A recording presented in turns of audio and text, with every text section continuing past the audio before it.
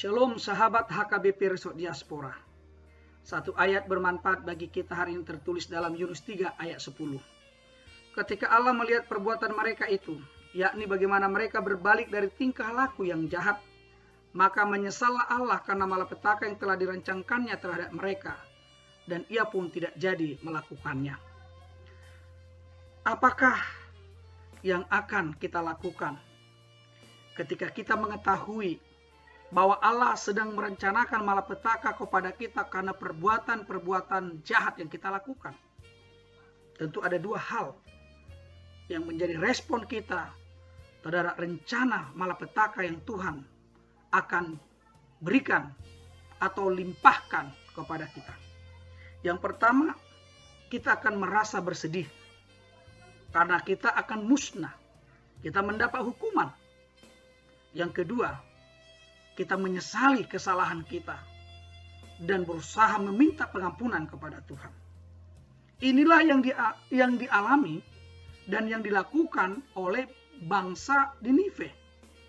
Ketika Yunus memberitakan rancangan malapetaka yang Tuhan berikan kepada mereka, mereka bertobat, mereka berkabung, mereka berseri dan memohon kepada Tuhan supaya Tuhan bermurah hati kepada mereka untuk mengampuni mereka. Dan ketika Tuhan melihat bagaimana pertobatan yang tulus yang dilakukan para penduduk kota Ninive, akhirnya Tuhan tidak sampai hati untuk menurunkan hukuman tersebut bagi bangsa-bangsa atau penduduk kota Ninive.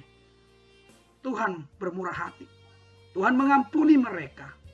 Bahkan Tuhan menyesal ketika Dia ingin merancang hukuman itu kepada mereka. Sahabat HKBP Resort Diaspora, ternyata Allah bisa saja menyesal karena kasih-Nya melihat mereka yang mau bertobat kepadanya.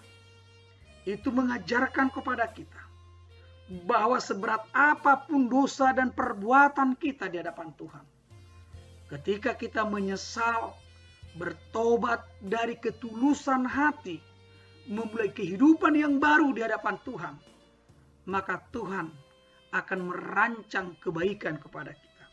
Tuhan tidak akan menurunkan hukuman itu kepada kita.